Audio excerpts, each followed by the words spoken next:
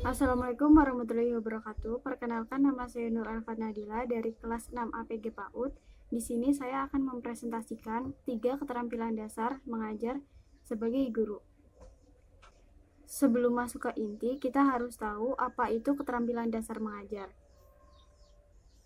Nah, keterampilan merupakan kecakapan atau kelebihan yang dimiliki oleh seseorang dalam mengerjakan sesuatu. Hal ini juga bisa disebut dengan kemampuan. Kemudian mengajar merupakan proses penyampaian informasi atau pengetahuan dari pendidik kepada siswa atau pembelajar.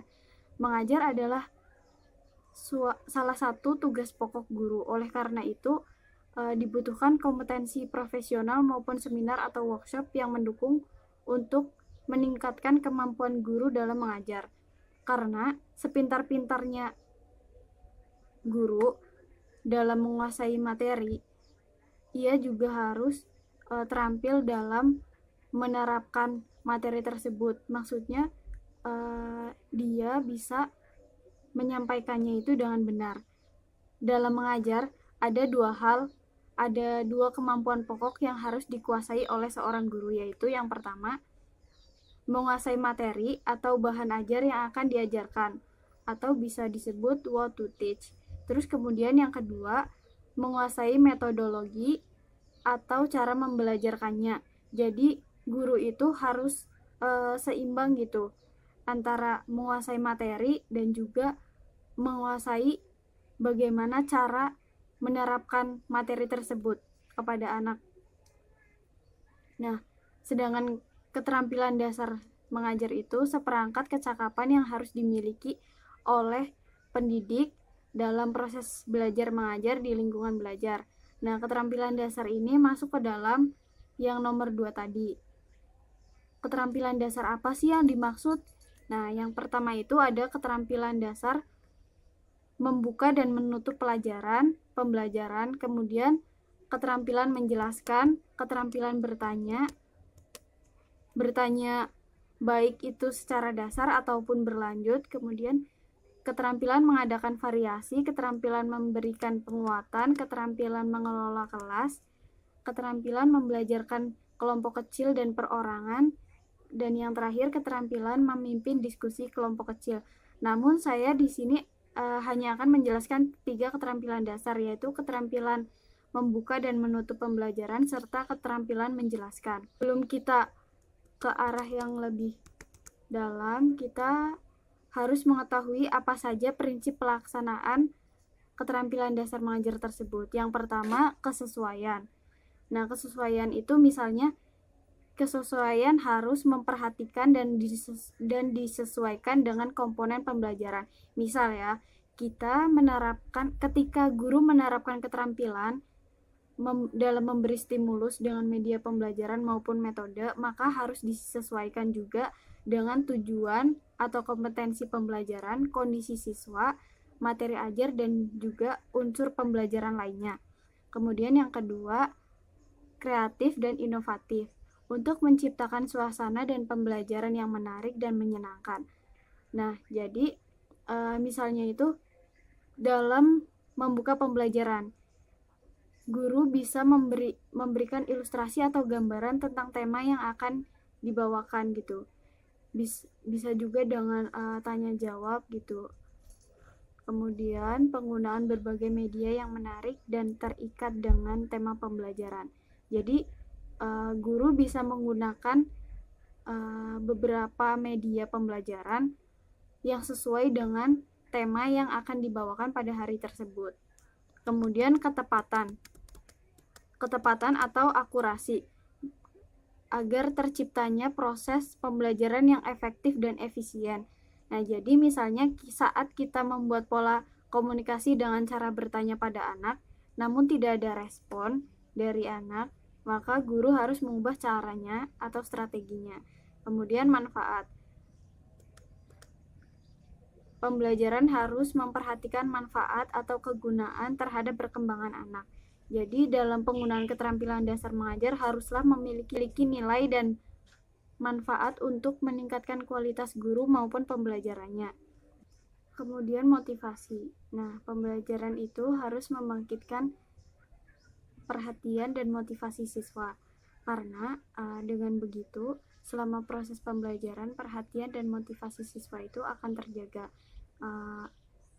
Guru dapat memberi motivasi berupa dorongan, atau bisa juga dengan memberi pujian untuk pengembangan siswa. Walaupun apa yang mereka kerjakan itu belum sesuai dengan harapan atau belum sempurna, tetapi ada baiknya kalau guru itu memberi reward atau pujian agar membangkitkan motivasi siswa dalam belajar. Dan yang terakhir itu menyenangkan. Nah, pembelajaran yang menyenangkan itu akan mengakibatkan anak merasa betah dan semangat dalam belajar. Menyenangkan ini merupakan unsur yang harus selalu diciptakan oleh guru, baik di dalam kelas maupun saat pembelajaran di outdoor. Karena saat anak merasa senang, perkembangannya itu akan berkembang secara maksimal dan optimal. Nah, dengan begitu anak akan merasa bebas melakukan aktivitas pembelajaran yang sesuai dengan potensi dan bakatnya. Hal ini sangat baik untuk perkembangannya juga.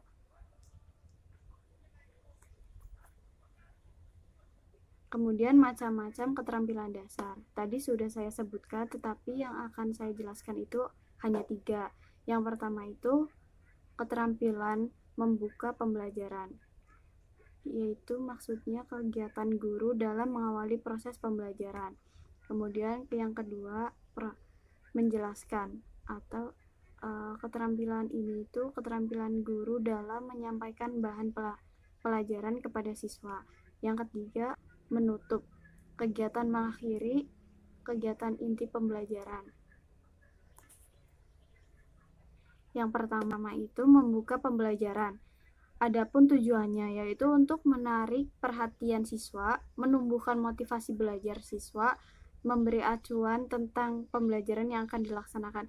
Nah, seluruh rencana persiapan dan ketercapaian tujuan pembelajaran itu tergantung pada strategi guru dalam mengawali pembelajaran. Kemudian tahapan membuka pembelajaran. Yang pertama, memfokuskan perhatian dan membangkitkan minat siswa. Jadi guru harus dapat membangkitkan minat belajar sampai siswa dapat memusatkan perhatian mereka kepada pelajaran. Nah, caranya itu yang pertama bisa dengan mengaitkan materi dengan berita-berita terkini. Kemudian menyampaikan berita.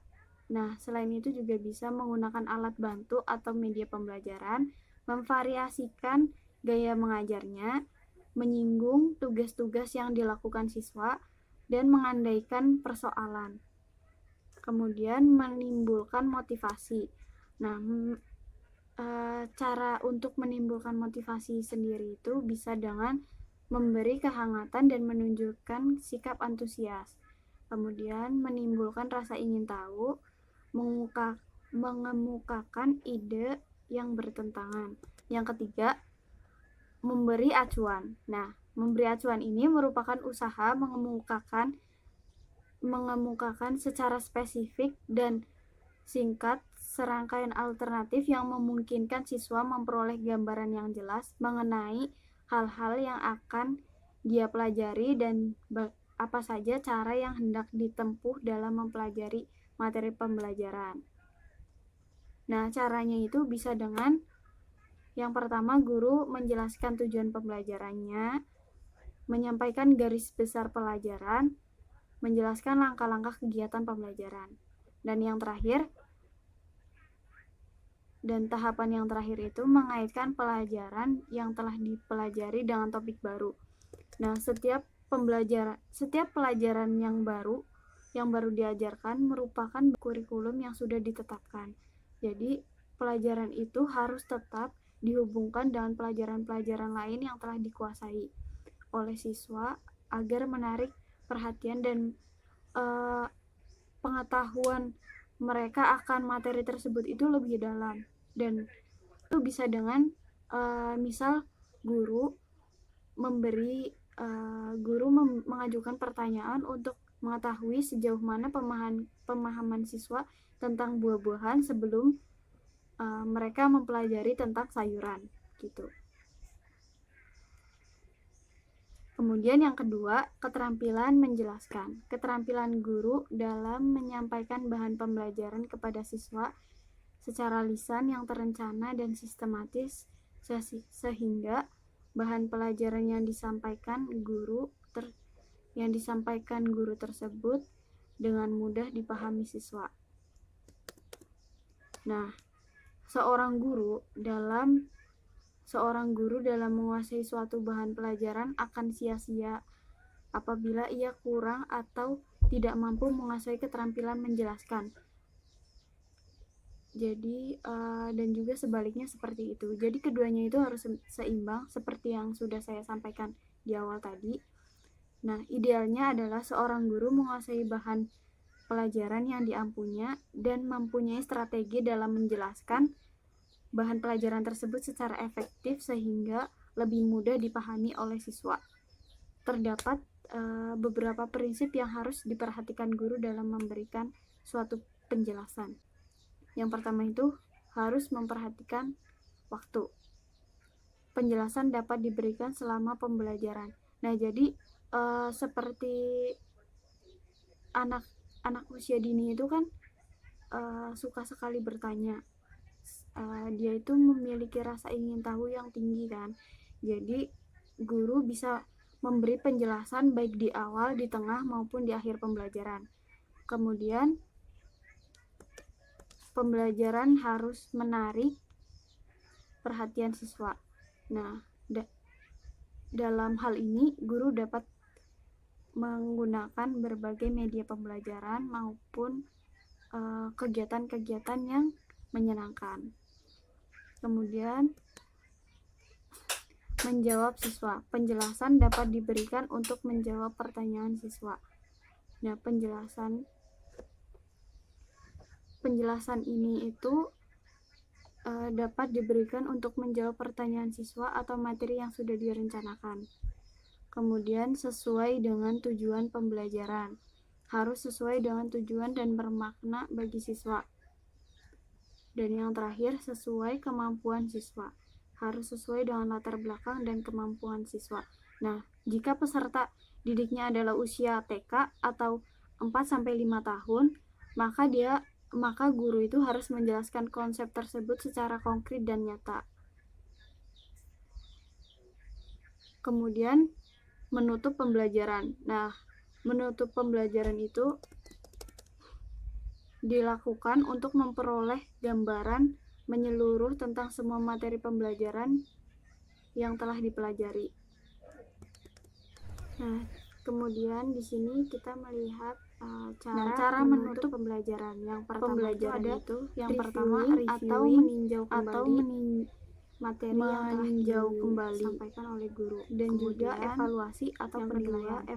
Yang pertama itu penilaian. Dari reviewing merangkum inti pokok pelajaran atau meninjau kembali guru dan jijik banget untuk merangkum inti pokok pelajaran. Nah, siswa itu nanti disuruh merangkum secara lisan. Bila siswa belum sempurna, maka guru yang akan menyempurnakan. Misalnya seperti bertanya, tadi kita belajar tentang apa ya anak-anak, seperti itu. Terus menanyakan apa yang mereka sukai dengan kegiatan pembelajaran yang telah dilakukan tadi. Kemudian yang kedua, mengkonsolidasikan perhatian siswa pada masalah pokok.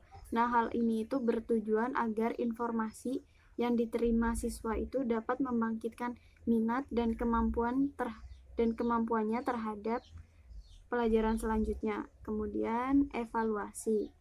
Nah, evaluasi ini yang pertama mendemonstrasikan keterampilan. Jadi apa yang sudah dilakukan tadi itu diulangi kembali. Misal guru itu mengajarkan tentang tayamum. Nah, maka selanjutnya siswa diminta untuk mendemonstrasikannya, seperti mempraktekkan kembali. Kemudian mengaplikasikan ide baru. apabila guru jadi maksudnya itu guru setelah menerangkan suatu prinsip, siswa pada situasi yang lain dapat menerapkan prinsip itu pada situasi lain. Jadi prinsip satu digunakan untuk beberapa situasi gitu. Kemudian mengekspresikan pendapat. Jadi nanti siswa diminta mempresentasikan apa yang telah dia buat atau pelajari dengan teman-temannya atau dengan guru tadi. Kemudian memberi soal. Nah, yang terakhir ini guru dapat memberikan soal-soal untuk dikerjakan siswa. Soal-soal itu dapat berbentuk uraian, tes objektif, atau mengisi lembar kerja. Nah, untuk anak usia dini itu di TK kan diberikan buku acuan kan. Nah, nanti anak bisa belajar di situ. Nanti guru bisa menilainya. Sekian yang dapat saya sampaikan, semoga bermanfaat. Kurang lebihnya mohon maaf. Wassalamualaikum warahmatullahi wabarakatuh.